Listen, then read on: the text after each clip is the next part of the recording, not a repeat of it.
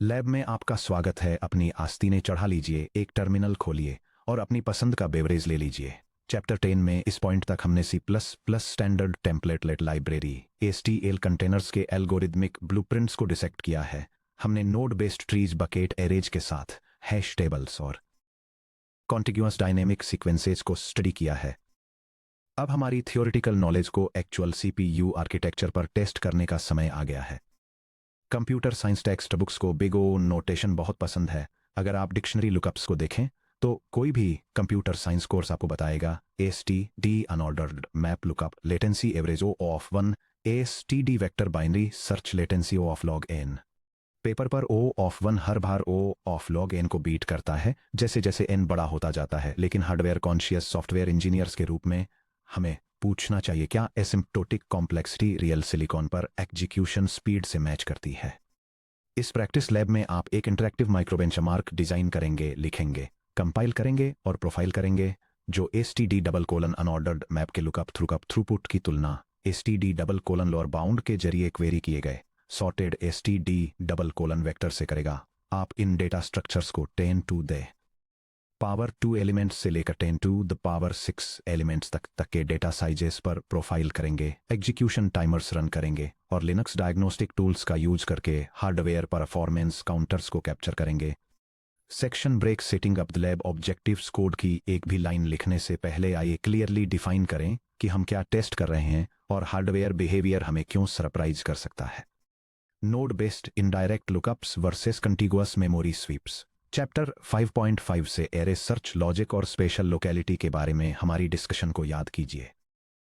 Standard unordered map आमतौर पर एक बकेट एरे के रूप में इंप्लीमेंट किया जाता है जो हीप पर स्टोर किए गए लिंक्ड लिस्ट्स या नोड्स को पॉइंट करता है। भले ही हैशिंग में O ऑफ 1 टाइम लगता हो, किसी नोड को एक्सेस करने के लिए एक हीप पॉइंटर को फॉलो करना पड़ता है जिसे पॉइंटर चेसिंग के रूप में जाना जाता है। अगर वह नोड पहले से सीपीयू के कैशे के अंदर नहीं है तो प्रोसेसर तब तक स्टॉल हो जाता है जब तक कि मेन सिस्टम डी रैम से डेटा फेच नहीं हो जाता। दूसरी तरफ standard vector contiguous memory allocation की गारंटी देता है। बाइनरी सर्च परफॉर्म करने में standard lower bound O of log n comparison लेता है। हालांकि क्योंकि एलिमेंट मेमोरी एड्रेस पूरी तरह से सीक्वेंशियल होते हैं, इसलिए शुरुआती इटरेशंस को स्पेशल लोकेलिटी का फायदा मिलता है और बाद के स्टेप्स कंटिगुअस ब्लॉक्स को सीधे L1 या L2 हार्डवेयर कैशे में लोड करते हैं। क्या एक O ऑफ 1 हैश मैप में मेमोरी इनडायरेक्शन का ओवरहेड एक O of log n vector search के एक्स्ट्रा कंपैरिजन से ज्यादा भारी पड़ेगा? चलिए पता लगाने के लिए कोड लिखते हैं। Section break. Micro benchmark harness बनाना। हमें C+20 में एक सेल्फ कंटेंड हार्नेस बनाने की जरूरत है जो दोनों डेटा स्ट्रक्चर्स पर बिल्कुल एक जैसे लुकअप ऑपरेशंस परफॉर्म करे। इस टेस्ट को रियलिस्टिक बनाने के लिए हम सिर्फ छोटे इंटीजर्स ही स्टोर नहीं करेंगे। रियल वर्ल्ड एप्लीकेशंस जैसे कि गेम इंजन, एंटिटी मैनेजर्स या जीपीयू सीन ग्राफ्स अक्सर इंटीजर कीज को स्ट्रक्चर्ड पेलोड डेटा के साथ एसोसिएट करते हैं। चलिए एक fixed size payload structure design करते हैं। यह डेफिनेशन एक ऐसा डेटा स्ट्रक्चर क्रिएट करती है जिसमें एक इंटीजर और नंबर्स का एक एरे होता है जिसे एक स्टैंडर्ड कैश लाइन के अंदर बिल्कुल फिट होने के लिए साइज और अलाइन किया जाता है ताकि मेमोरी एक्सेस को ऑप्टिमाइज किया जा सके। डिजाइन नोट दैं कि पेलोड को स्पष्ट रूप से 684 बाइट्स का साइज दिया गया है। ये ज्यादातर मॉडर्न x86 684 और ARM 684 प्रोसेसर्स के कैशे लाइन साइज से मैच करता है। अपने पेलोड को एक फुल कैशे लाइन को फिल करने के लिए डिजाइन करके हम मेमोरी में इटरेट करते समय कैशे लाइन बिहेवियर को सीधे ऑब्जर्व कर सकते हैं। कंपाइलर ऑप्टिमाइजेशन और डेड कोड एलिमिनेशन को रोकना।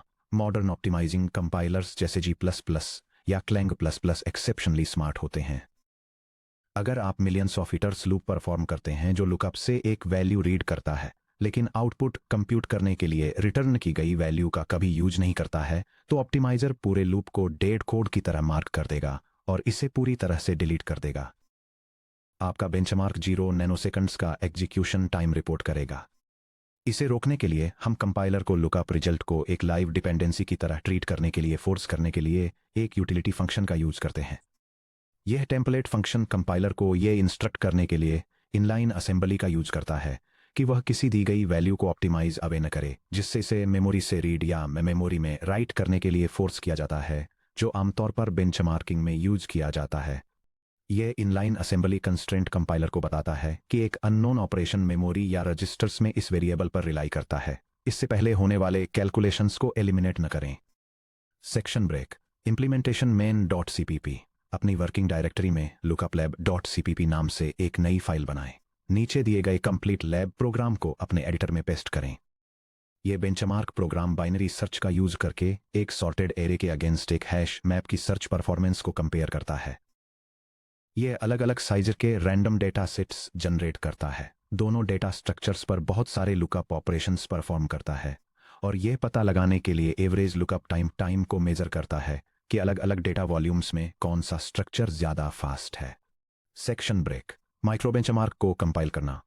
हाई परफॉर्मेंस C++ इंजीनियरिंग में अगर ऑप्टिमाइजेशन फ्लैग्स के बिना कंपाइल किया जाए तो बेंचमार्क कंपैरिजन मीनिंगलेस होते हैं। Debug builds frame pointers, unchecked iterator debugging और non inlined function call wrappers introduce करते हैं।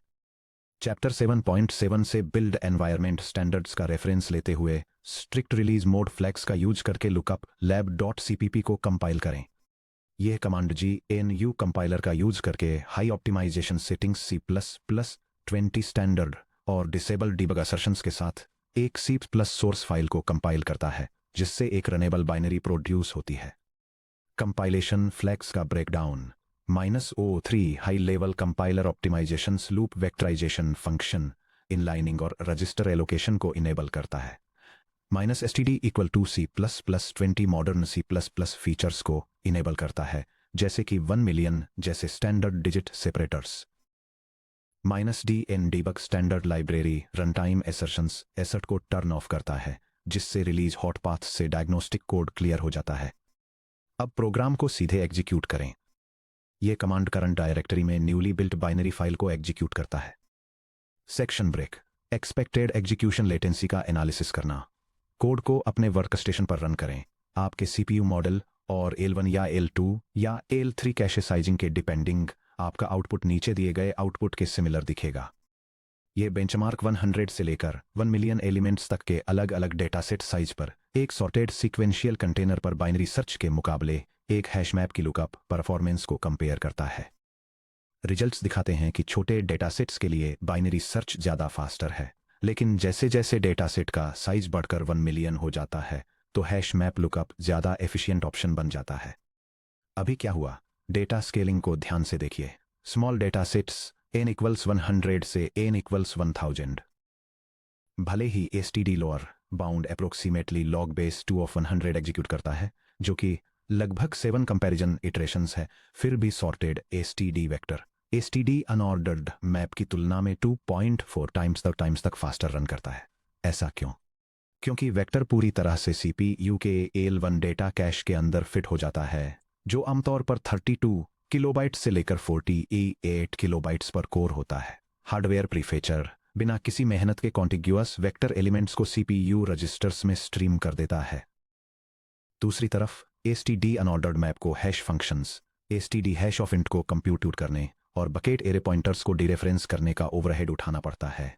मीडियम डेटा सेट्स n = 10,000 से n = 100,000 वेक्टर अभी भी कॉम्पिटिटिव लीड बनाए रखता है या हैश मैप के साथ नेक टू नेक रहता है। लॉग टाइम कंपैरिजंस थोड़े बढ़कर 14 से 17 स्टेप्स हो जाते हैं, लेकिन high spatial locality cache stall penalties को काफी कम कर देती है।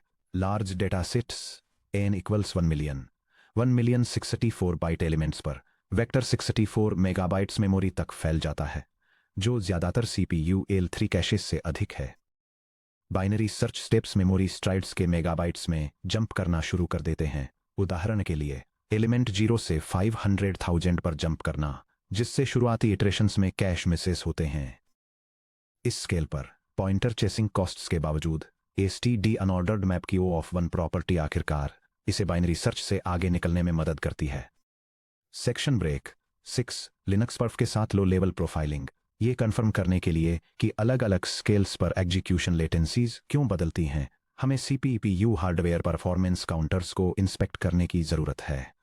जैसा कि चैप्टर 7.7 के परफॉर्मेंस प्रोफाइलिंग टूलचेन में इंट्रोड्यूस किया गया था, लिनक्स पर्फ प्रोवाइड करता है, जो एक हार्डवेयर काउंटर मॉनिटरिंग यूटिलिटी है। हम 2 स्पेसिफिक स्टैटिस्टिक्स को ट्रैक करेंगे।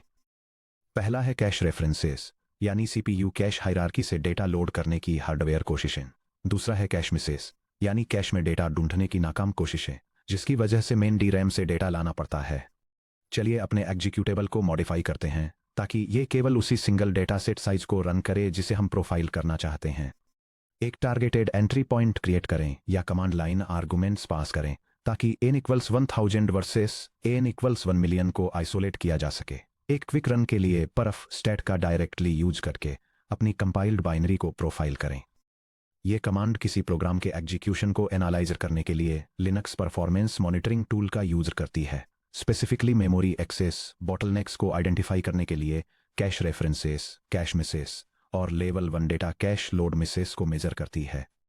हार्डवेयर डायग्नोस्टिक्स को इंटरप्रेट करना। परफ द्वारा जनरेट की गई सैंपल रिपोर्ट को देखें। ये एग्जीक्यूशन रिपोर्ट एक लुकअप प्रोग्राम के लिए परफॉर्मेंस प्रोफाइलिंग मैट्रिक्स दिखाती है, जिसमें efficiency data, cache miss rates और टोटल इलिप्स्ड रन टाइम को हाईलाइट किया गया है। Deep dive. Cache line economics. जब STD unordered map find execute होता है तो ये इंटीजर की को हैश करता है। ये बकेट एरे वेक्टर में बकेट इंडेक्स को लुकअप करता है। अगर एरे लार्ज है तो कैश मिस नंबर 1 होता है।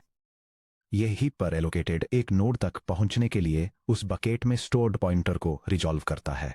यह कैश मिस नंबर 2 है। अगर कोई कोलिजन हुआ है तो ये कीज को कंपेयर करने के लिए नोड नेक्स्ट पॉइंटर्स को ट्रैवर्स करता है। यह कैश मिस नंबर 3+ है। हर कैश मिस के लिए सीपीयू मेमोरी कंट्रोलर को एग्जीक्यूशन को अप्रोक्सीमेटली 200 क्लॉक साइकिल्स के लिए पॉज करना पड़ता है, जब तक कि एक्सटर्नल रैम से एक 64 बाइट लाइन फैच नहीं हो जाती।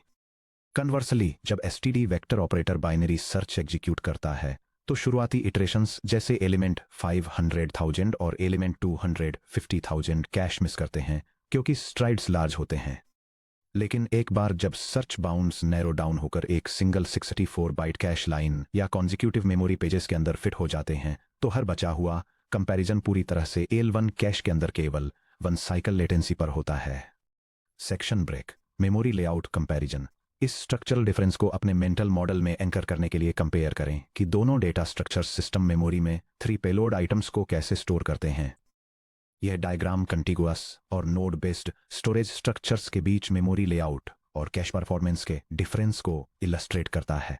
First layout contiguous memory allocation दिखाता है, जहां सीक्वेंशियल आइटम्स एक दूसरे के एडजेसेंट स्टोर होते हैं, जिससे उन्हें एक सिंगल मेमोरी फेच में रिट्रीव किया जा सकता है। Second layout indirect node based storage दिखाता है, जहां आइटम्स डिफरेंट मेमोरी एड्रेसेस पर स्कैटर्ड होते हैं, जिसके लिए पॉइंटर ट्रैवर्सल की जरूरत होती है और इससे एक्सेस के दौरान अक्सर कैश मिसेस होते हैं। Section break. Practical takeaways for software architecture. इस लैब से हम क्या आर्किटेक्चरल गाइडलाइंस ड्रा कर सकते हैं।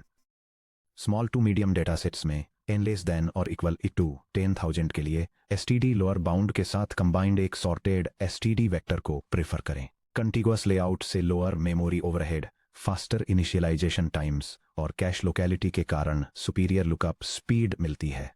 Read heavy static data sets. अगर आपका एप्लीकेशन सिस्टम स्टार्टअप पर एक बार लुकअप डेटा लोड करता है और इसे मिलियंस ऑफ टाइम्स क्वेरी करता है, for example configuration tables, static texture, IDs या जीपीयू बफर मैप्स, तो एक एसटीडी वेक्टर पॉपुलेट करें, एसटीडी सॉर्ट रन करें और बाइनरी सर्च के साथ क्वेरी करें। हाई फ्रीक्वेंसी डायनेमिक इंसर्शंस और मैसिव स्केल, जहां n ग्रेटर देन 100,000 है। अगर डाटा आइटम्स रन टाइम पर लगातार इंसर्ट और रिमूव किए जाते हैं तो एक वेक्टर को बार बार सॉर्ट करने से हर अपडेट पर O of n right overhead आता है। इस सिनेरियो में स्टैंडर्ड अनऑर्डर्ड मैप या फ्लैट हैश अल्टरनेटिव्स जैसे C++23 का स्टैंडर्ड फ्लैट मैप बेहतर ऑपरेशनल बैलेंस प्रोवाइड करता है। Matrix template integration. चैप्टर 9.9 में मैट्रिक्स टेम्पलेट डिजाइन को याद करें। जब आप कस्टम कलेक्शंस बना रहे हों तो हमेशा अपने स्टोरेज को मेमोरी के एक कंटिन्यूअस ब्लॉक, स्टैंडर्ड वेक्टर या रॉ लीनियर बफर्स से बैक करना प्रेफर करें, बजाय लिंक्ड नोड्स के, जब तक कि आपकी एपीआई द्वारा नोड पॉइंटर स्टेबिलिटी की एक्सप्रेसिटली रिक्वायरमेंट न हो। Section break. 9 lab challenge exercises. अपनी मसल मेमोरी को सॉलिड करने के लिए अपने बेंचमार्क कोड बेस पर इन 3 एक्सटेंशन चैलेंजेस को इंप्लीमेंट करें। चैलेंज 1, मेमोरी ओवरहेड मेजर करें। साइज ऑफ और इंटरनल कंटेनर प्रॉपर्टीज का यूज करके, for example hash map bucket count, एक छोटा हेल्पर फंक्शन लिखें ताकि n इक्वल टू 100,000 पर दोनों कंटेनर्स के लिए बाइट्स में एग्जैक्ट रैम कंजम्पशन कैलकुलेट किया जा सके। हिंट, स्टैंडर्ड अनऑर्डर्ड मैप में पर node pointer overhead plus empty bucket pointer overhead आता है। हर कंटेनर पर एलिमेंट कितने टोटल बाइट्स यूज करता है। Challenge 2, test standard flat map C++23 या बूस्ट फ्लैट मैप। अगर आपका compiler C++23 -std equal to C++23 support करता है तो फ्लैट मैप को इंक्लूड करें और standard flat map of int payload को इवैल्यूएट करें। C++23 का स्टैंडर्डाइज्ड फ्लैट कंटेनर हमारे मैनुअली सॉर्टेड स्टैंडर्ड वेक्टर की तुलना में कैसा परफॉर्म करता है। चैलेंज 3, पेलोड साइज को वेरी करें। इंटरनल डबल एरे को बदलकर पेलोड साइज को चेंज करें। एक टाइनी पेलोड के साथ टेस्ट करें जहां size of payload equal to 8 bytes हो। एक लार्ज पेलोड के साथ टेस्ट करें जहां size of payload equal to 512 bytes हो। ऑब्जर्व करें कि पेलोड साइज कैसे उस क्रॉसओवर थ्रेशोल्ड को शिफ्ट करता है जहां STD unordered map binary search से ज्यादा फास्ट हो जाता है। Section break. Check point summary. आपने प्रैक्टिस लैब कंप्लीट कर ली है। अब आप जानते हैं कि आइसोलेटेड C+ माइक्रो बेंचमार्क्स कैसे डिजाइन करने हैं, ऑप्टिमाइजेशन ट्रिक्स से कैसे बचना है, कैश बिहेवियर को इंस्पेक्ट करने के लिए पर्फ का यूज कैसे करना है, और थियोरिटिकल बिग ओ असम्पशंस के बजाय रियल वर्ल्ड हार्डवेयर परफॉर्मेंस के बेसिस पर एल्गोरिदम्स को कैसे इवैल्यूएट करना है। इस बेंचमार्क हार्नेस को अपनी टूलकिट में रखें जब हम GPU हार्डवेयर आर्किटेक्चर और CUDA कर्नेल प्रोग्रामिंग में ट्रांजिशन करेंगे, तो हम इन्हीं कैश अवेयर डिजाइन प्रिंसिपल्स पर आगे बिल्ड करेंगे।